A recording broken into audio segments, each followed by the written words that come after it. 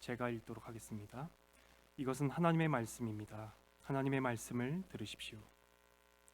사람이 의롭게 되는 것은 율법의 행위로 말미암음이 아니요 오직 예수 그리스도를 믿음으로 말미암은 줄 알므로 우리도 그리스도 예수를 믿나니 이는 우리가 율법의 행위로서가 아니고 그리스도를 믿음으로써 의롭다함을 얻으려 함이라.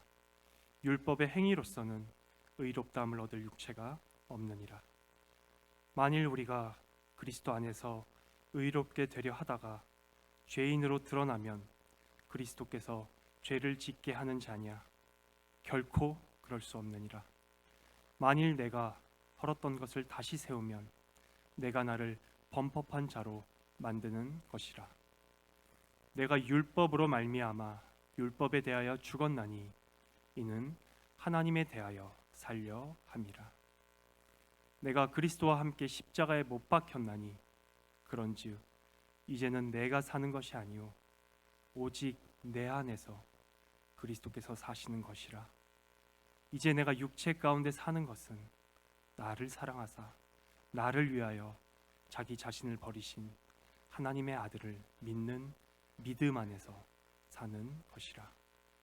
내가 하나님의 은혜를 패하지 아니하노니 만일 의롭게 되는 것이 율법으로 말미암으면 그리스도께서 헛되이 죽으셨느니라. 아멘.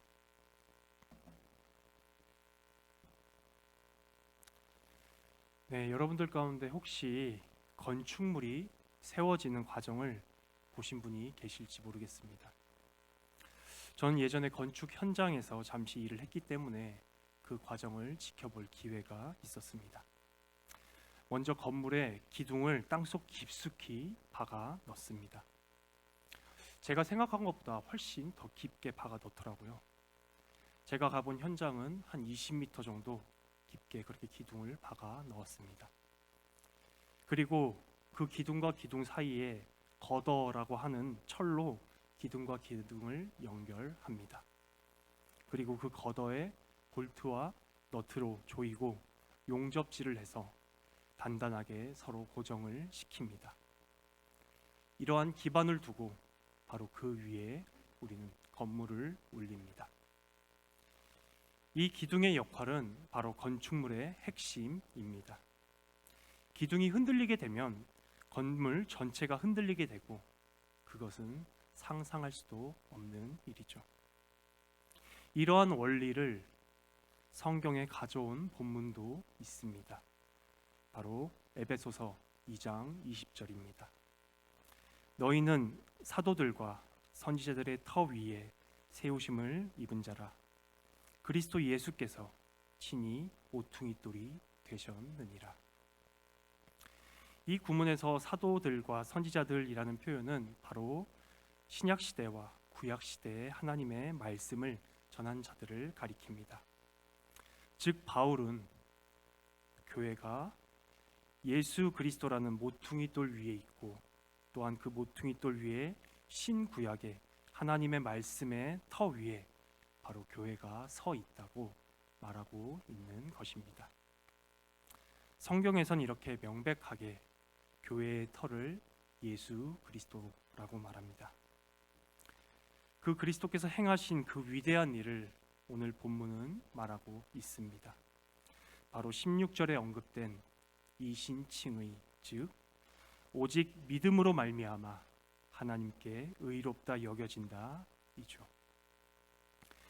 우리의 행위나 우리의 공로가 아닌 오직 예수 그리스도의 행위와 오직 예수 그리스도의 공로로 우리는 하나님께 받아들여진다는 이 이신칭의 교리를 종교개혁가인 루터는 바로 교회가 서고 넘어지는 교리라고 말했습니다. 또한 오늘 본문에서 바울은 바로 이 교리가 우리 삶의 동력이면서 복음이라고 말하고 있습니다. 한번 본문으로 들어가 보도록 하겠습니다. 16절입니다. 사람이 의롭게 되는 것은 율법의 행위로 말미암음이 아니요 오직 예수 그리스도를 믿음으로 말미암은 줄 알므로 우리도 그리스도 예수를 믿나니 이는 우리가 율법의 행위로서가 아니고 그리스도를 믿음으로써 의롭다함을 얻으려 함이라. 율법의 행위로서는 의롭다함을 얻을 육체가 없느니라. 아멘. 본문에서 우리가 가장 주목해서 보아야 하는 단어가 하나 있습니다. 바로 의롭게 되다입니다. 이 동사가 16절에서만 3번, 17절에서 1번, 18절에서 1번 쓰였습니다. 즉 이 단어가 이 단락의 핵심 동사입니다. 그런데 이 동사는 일반적인 상황에서 쓰였던 그런 동사가 아닙니다. 이 단어는 바로 법률용으로 쓰이던 동사 단어입니다. 바로 바울은 이 단어를 사용하면서 우리 모두를 재판정으로 데리고 갑니다. 그 재판정은 바로 심판의 날에 하나님께서 판결하시는 그러한 재판정입니다. 우리 모두는 그곳에서 하나님의 심판을, 판결을 기다리고 있습니다. 그리고 하나님께서 우리를 판결하십니다. 그리스도 예수 안에 있는 자들은 죄가 없다 라고 하나님께서 판결하시고 선포하시고 선언하십니다. 이 선포는 바로 예수 그리스도의 속죄와 의의 전가를 믿는, 즉 칭의를 믿는 모든 사람에게 그때 바로 적용이 됩니다. 그리스도의 속죄가 무엇인가요? 바로 우리의 모든 죄를 예수 그리스도께서 십자가에서 가져가시고 또한 우리가 받아야 할 하나님의 진노와 공의와 심판을 예수 그리스도께서 이미 받으셨다는 것입니다. 의의 전가는 무엇인가요? 바로 예수 그리스도께서 이 땅에 사시면서 단 한 번도 하나님의 율법을 어기신 적이 없으시고 기쁨으로 즐거움으로 온전히 다 지키신 그 의로움을 우리에게 주신 것입니다. 죄의 전가와 의의 전가, 이 둘을 합쳐 이중 전가라고 하는데, 이 이중 전가를 믿을 때 신자는 바로 하늘 법정에서 미리 의롭다라고 선언을 받습니다. 하지만 실제로 의로워지진 않았습니다. 예수 그리스도의 의로움의 옷이 그 사람의 영혼 가운데 입혀진 것입니다. 또는 하나님께서 그 신자를 보실 때 바로 예수 그리스도라는 안경을 쓰고 그 신자를 보시는 것입니다. 그 신자가 정말 실제로 의롭게 되는 것은 바로 최후의 심판의 날에 이루어집니다. 의롭다 여겨지는 그 신자는 이제 더 이상 율법의 아래 있지 않습니다. 바로 은혜 아래에 있지요. 제가 설교 초반에 얘기 드렸던 그 터가 옮겨진 것입니다. 율법의 터가 아닌 이제 은혜의 터 위에 그 신자는 서 있게 됩니다. 율법의 정죄에서 은혜의 칭의 아래에 있게 됩니다. 정죄란 무엇인가요? 바로 어떤 사람이 죄 있다 선포되는 것입니다. 한편 칭의는 결백하다, 의롭다로 선포되는 것입니다. 오직 이것은 믿음으로만 이루어집니다. 이 내용이 바로 오늘 16절의 내용입니다. 17절입니다. 만약 우리가 그리스도 안에서 의롭게 되려 하다가 죄인으로 드러나면 그리스도께서 죄를 짓게 하는 자냐? 결코 그럴 수 없느니라. 17절은 말이 조금 어렵습니다. 그래서 조금 쉬운 말로 제가 다시금 읽어드리도록 하겠습니다. 팀 켈러 목사님의 해석본입니다. 믿음으로 의롭다함을 얻은 사람이 죄를 짓는다면 이는 그리스도 안에 있는 이신 칭의가 죄를 조장하기 때문인가? 결코 그럴 수 없다. 이건 제가 예를 들어서 설명을 드리도록 하겠습니다. 제가 예전에 모교회에 있을 때 일이었습니다. 그때 제가 청년부에서 조장이었는데 저희 조원 중에 한 명이 이 내용에 대해서 저에게 물어보았습니다. 정확하게 어느 구절이었는지는 제가 정확하게 기억이 나진 않지만 아마도 로마서 안에서 칭의에 관해서 저에게 물어보았던 것 같았습니다. 그래서 제가 아는 범위 내에서 최대한 설명을 해주었죠. 그러자 그 조원이 하는 말이 그럼 내 맘대로 죄를 막 지어도 되겠네요? 였습니다. 바로 딱 이 내용에 대해서 바울이 말하고 있는 것이었습니다. 내가 어떠한 행위를 저질러도 오직 믿음으로만 구원을 받는다면 내가 설령 죄를 지어도 구원은 동일하기 때문이죠. 거기에 더 나아가 이 말은 심지어 그렇다면 그 죄의 동기도 그리스도께서 제공하시는 것이 아니냐라고 바울이 말하는 것입니다. 하지만 바울은 결코 아니다라고 말하죠. 우리가 여러분을 포함한 제가 죄를 지을 때를 우리 한번 생각해 보셨으면 좋겠습니다. 우리는 그 누구도 다른 사람이 등 떠밀어서 죄를 짓지 않습니다. 우리는 우리 스스로가 죄를 찾아서 적극적으로 우리의 마음과 뜻과 힘을 다하여 죄를 짓는 사람들입니다. 누가 죄를 지으라고 떠밀지 않아도 우리는 스스로 알아서 죄를 짓는 사람들입니다. 하지만 17절에서는 오히려 그 죄의 책임조차도 그리스도께 넘기려 하는 것이 바로 우리라고 바울은 말하고 있습니다. 제가 너무 죄라고 말해서 마음이 불편하신 분도 계실지 모르겠어요. 하지만 우리에게 값없이, 조건 없이, 대가 없이 그냥 받아주시고 사랑해 주시고 용납해 주시는 예수 그리스도의 은혜를 말하려면 죄를 말하지 않을 수가 없습니다. 혹시 은혜의 역설이라는 말 들어보셨나요? 죄를 더 깊이, 은혜를 더 깊이 누리려면 자신의 죄를 더 깊이, 더 자세히 알아야 한다는 뜻입니다. 바울도 로마서에서 이에 대해서 말하고 있습니다. 로마서 5장 20절입니다. 그러나 죄가 더한 곳에 은혜가 더욱 넘쳤나니. 자신의 죄를 사랑하는 성향, 즉 죄성을 더욱 깊이 알 때 우리는 예수 그리스도의 은혜를 더욱 풍성히 누립니다. 또한 복음을 말하고 예수님의 부르심을 말하려면 우리가 죄인인 것을 말할 수밖에 없습니다.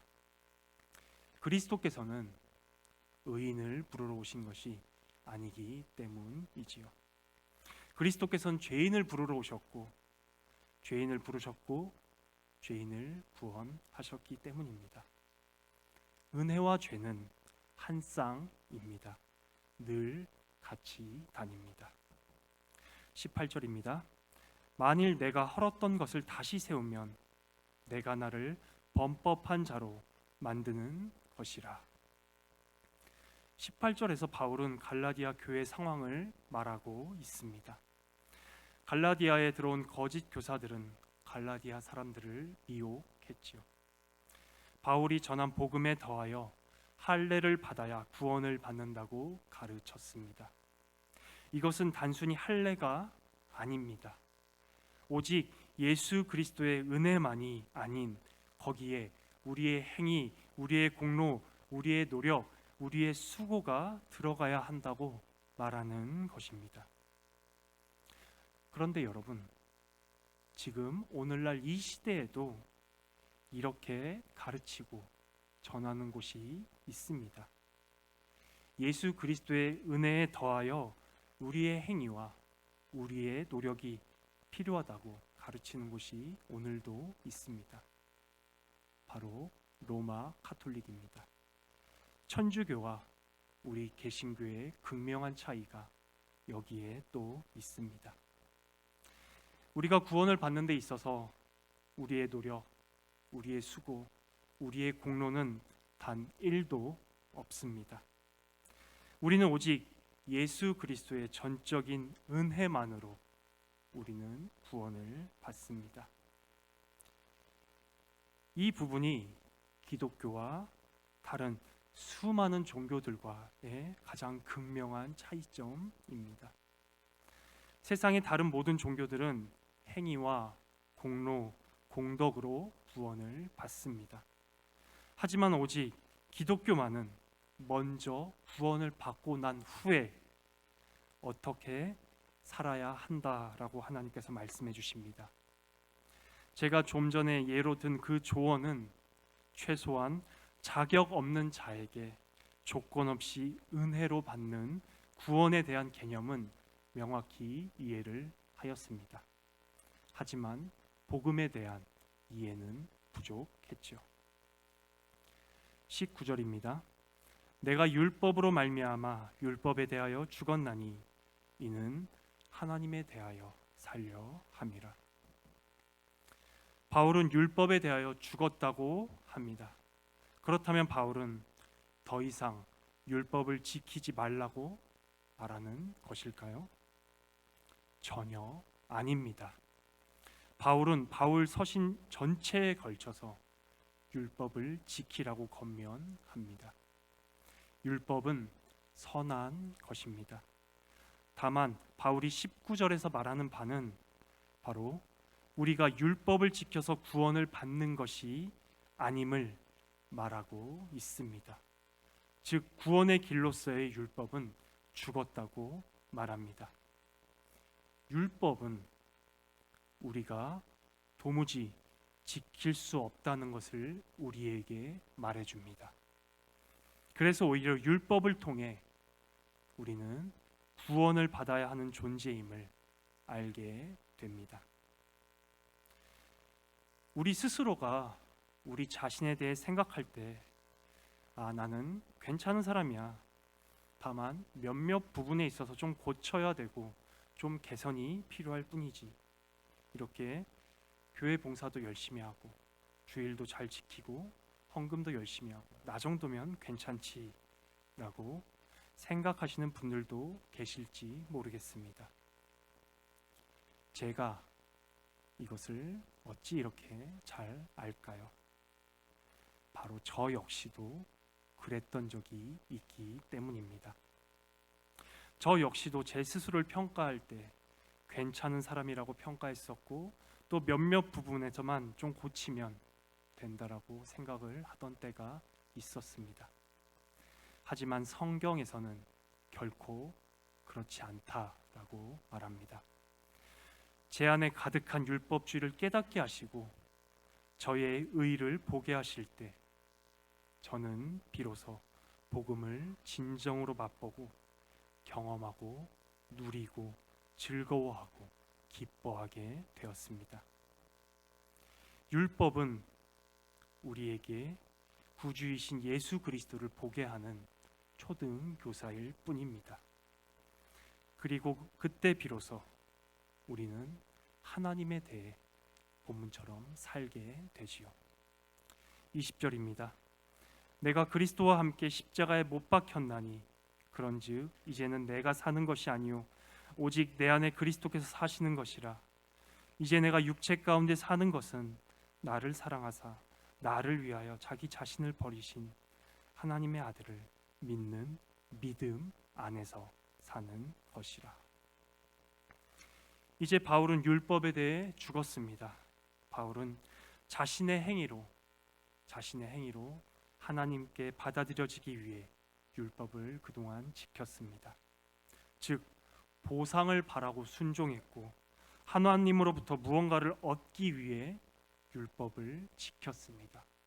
혹은 다른 사람들의 시선을 신경 써서 다른 사람으로 높임을 받고 싶어서 다른 사람보다 더 나은 사람이 되고자 하는 마음에 율법을 지켰습니다. 하지만 바울은 이제 순종의 동기가 변했습니다. 동기가 이전과 비해서 훨씬 아름답고 건전하고 강하게 바뀌었습니다. 바로 나를 사랑하사 나를 위하여 자기 자신을 버리신 하나님의 아들을 사랑하는 마음으로, 그분을 위해 살고 싶은 마음으로 동기가 변한 것입니다. 이제는 정말 그리스도를 사랑하는 마음으로 또는 그리스도를 기쁘시게 하기 위해서 바울은 순종합니다. 이 20절에 대한 더 깊은 내용은 5장에서 바울이 다시 더 다룹니다. 바울은 이제 정말로 그리스도를 기쁘시게 하려고 순종합니다. 그리고 그것은 바로 바울 자신의 기쁨을 위한 것이기도 합니다. 왜 복음을 전하는 삶이 바울 자신의 기쁨을 위한 삶이 될까요? 복음은 듣는 자도 기쁜 소식이지만 복음은 전하는 자에게도 기쁜 소식입니다. 듣는 자, 전하는 자 모두가 기쁜 소식이 바로 복음입니다. 요한일서 1장 4절입니다. 우리가 이것을 쓰면 우리의 기쁨이 충만하게 하려 함이라. 사도 요한이 편지를 쓴 이유가 바로 자신들의 기쁨이 충만해지기 위해서 요한일서라는 편지를 썼다고 말합니다. 복음은 듣는 자뿐만 아니라 전하는 자 역시, 즉 모두에게 기쁜 소식입니다. 복음을 전하는 자는 복음을 전하면서 복음에 대해 더욱 깊이 이해하고 알게 되고 더 나아가 복음을 누리게 되고 젖어들게 되지요. 자신이 받은 구원과 은혜를 더욱 깊이 누리게 됩니다. 21절입니다. 내가 하나님의 은혜를 패하지 아니하노니 만일 의롭게 되는 것이 율법으로 말미암으면 그리스도께서 헛되이 죽으셨느니라. 20절과 21절은 서로 긴장감을 불러 일으킵니다. 20절은 마치 주께서 능력을 베풀어 주실 때까지 기다리면서 행함이 없는 것처럼 보이기도 하고, 21절은 마치 우리가 나서서 다 해야 되는 것처럼 들리기도 하기 때문입니다. 하지만 20절과 21절을 정리하면 우리는 오직 그리스도 안에서 우리의 터를 세우고 살아야 함을 알 수 있습니다. 오늘 설교의 결론입니다. 바울이 이 단락에서 말하고 싶어하는 바는 바로 그리스도인으로서 살아가는 우리의 동력이 어디에 있어야 하는가입니다. 16절에 따르면 그리스도께서 이루신 삶, 그리스도께서 이루신 그 공로, 그리스도께서 이루신 그 복음이 이제 바울의 삶의 동력으로 되어졌습니다. 바울은 그리스도 안에 있게 되었습니다. 하나님께서 이제 바울을 보실 때 예수 그리스도라는 안경을 쓰고 바울을 보십니다. 그래서 바울은 이제 더 이상 정죄함이나 심판이 없습니다. 또한 그리스도의 의로움을 받았기에 성자 하나님을 사랑하신 성부 하나님의 사랑을 바울은 넘치도록 누립니다. 21절의 내용처럼 바울은 또 죄를 저질러도 그리스도께서 이루신 십자가를 통해 다시금 돌이켜서 하나님께 용납되고 받아들여지고 되고 용서하심을 누리게 된다고 바울은 21절에서 선포합니다. 이것은 승리의 선포입니다. 마치 로마서 8장 1절의 선포처럼요. 그러므로 이제 그리스도 예수 안에 있는 자에게는 결코 정죄함이 없나니, 끊임없이 죄를 저질러도 끊임없이 용서받고 사랑받는 자는 바로 예수 그리스도의 사랑이라는 터 위에 담대히 서 있습니다. 예수 그리스도의 속죄와 의의 전과, 즉 칭의를 온전히 이해한 바울은 끊임없이 베푸시는 하나님의 사랑과 예수 그리스도의 은혜와 성령 하나님의 교통하심을 온전히 누립니다. 이러한 삼위 하나님의 사랑과 은혜와 교통하심이 바로 바울의 삶의 동력입니다. 그래서 20절의 내용처럼 이제는 기쁘게 회개하고 기쁘게 복음을 전하고 바울을 위해 모든 것을 이루신 그리스도께 온전히 기쁘게 바울은 순종할 수 있게 되었습니다. 오늘 설교의 적용이자 복음입니다. 바울이 하나님께 순종하게 된 동기가 무엇인가요? 바로 하나님의 사랑과 예수 그리스도의 은혜를 성령 하나님께서 누리게 하셨기 때문입니다. 그럼 우리도 어떻게 하나님의 사랑과 예수 그리스도의 은혜를 온전히 누릴 수 있을까요? 마태복음 18장 21절에서 22절입니다. 그때 베드로가 나와 이르되 주여 형제가 내게 죄를 범하면 몇 번이나 용서하여 주리이까? 7번까지 하오리이까? 예수께서 이르시되 내게 이르노니 7번뿐만 아니라 7번을 70번까지라도 할지니라. 사실 베드로는 7번도 굉장히 후하게 생각해서 예수께 물어보았습니다. 하지만 예수께서는 7번을 70번까지 용서해 주라고 하십니다. 숫자상으로는 490번이지만 사실상 예수께서는 무한한 용서를 요구하시는 것입니다. 우리 구주이신 예수 그리스도께서는 하나님이십니다. 예수께서 하신 말씀은 진리이고 법입니다. 하지만 예수께서 정말 진실로 아름다우신 것은 바로 우리에게 예수께서 권면하신 내용을 본인이 먼저 행하시고 먼저 지키셨다는 것입니다. 예수 그리스도의 아름다움은 바로 그분의 행동에 있습니다. 그분은 우리에게 무한한 용서를 요구하셨지만 그분께서는 늘 우리를 무한히 용서해 주십니다. 마태복음 18장 22절의 내용을 다시 읽어드리겠습니다. 예수께서 이르시되 내게 이르노니 7번뿐만 아니라 7번을 70번까지라도 할지니라. 이 내용을 제가 복음적으로 바꿔보도록 하겠습니다. 예수께서 우리에게 이르시되 내가 너를 7번뿐만 아니라 7번에 70번까지도 용서하리라. 예수께서는 우리가 돌이키고 회개할 때 늘 용서하시고 늘 우리를 받아주십니다. 예수께서는 하나님이십니다. 우리와 다르십니다. 시편 50편 21절입니다.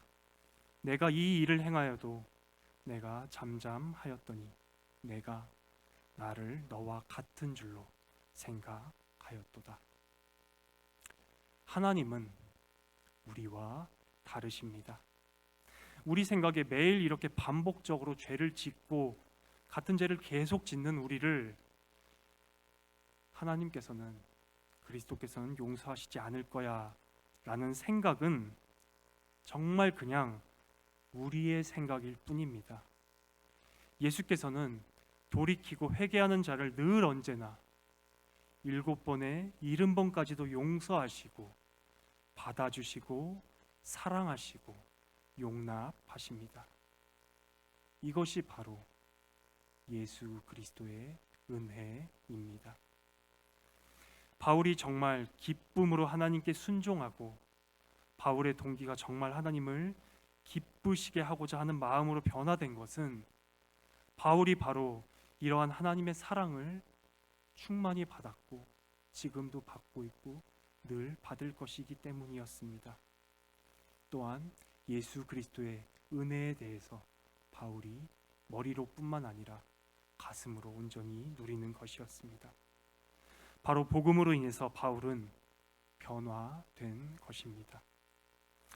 하나님의 사랑이 너무나 위대해서, 예수 그리스도의 은혜가 너무나 위대해서 그 사랑과 그 은혜에 반응하여 감사함으로 바울은 자신의 전 존재를 기쁨으로 하나님을 향해 살아간 것입니다.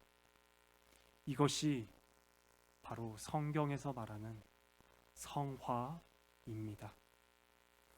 사람은 결코 의지로 노력해서 변할 수 없습니다.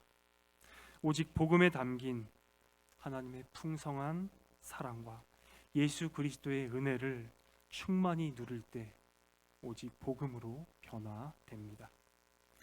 바로 그때가 또한 복음이 삶의 동력이 되는 순간입니다. 또한 복음이 순종의 동기가 되는 순간입니다.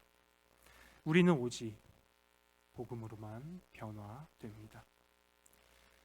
제가 갈라디아서 설교를 시작하던 날에 처음에 여러분들에게 선포한 말이 있습니다. 바로 복음은 기독교의 시작이 아니라 기독교의 전부라고 말씀드렸었습니다. 우리는 오직 복음으로 변화되고 복음으로 살아가고 복음을 누림으로 그리스도를 닮아갑니다. 어떤 사람들은 칭의가 한국 기독교를 망쳤다라고 주장하는 사람들도 있습니다. 하지만 아니요. 칭의를 온전히 이해하지 못해서 한국 기독교가 무너져가고 있습니다. 예수 그리스도의 속죄와 의의 전가라는 칭의의 굳은 터 위에, 즉 모퉁이 돌이신 예수 그리스도라는 터 위에서 함께 하나님을 찬양하고 하나님을 예배하고 하나님을 즐거워하며 하나님을 영화롭게 하는 우리 낙형 교회가 되기를 진심으로 소망합니다. 이 위대하신 그리스도께로 오십시오. 수고하고 무거운 짐진 자들아 다 내게로 오라. 내가 너희를 쉬게 하리라.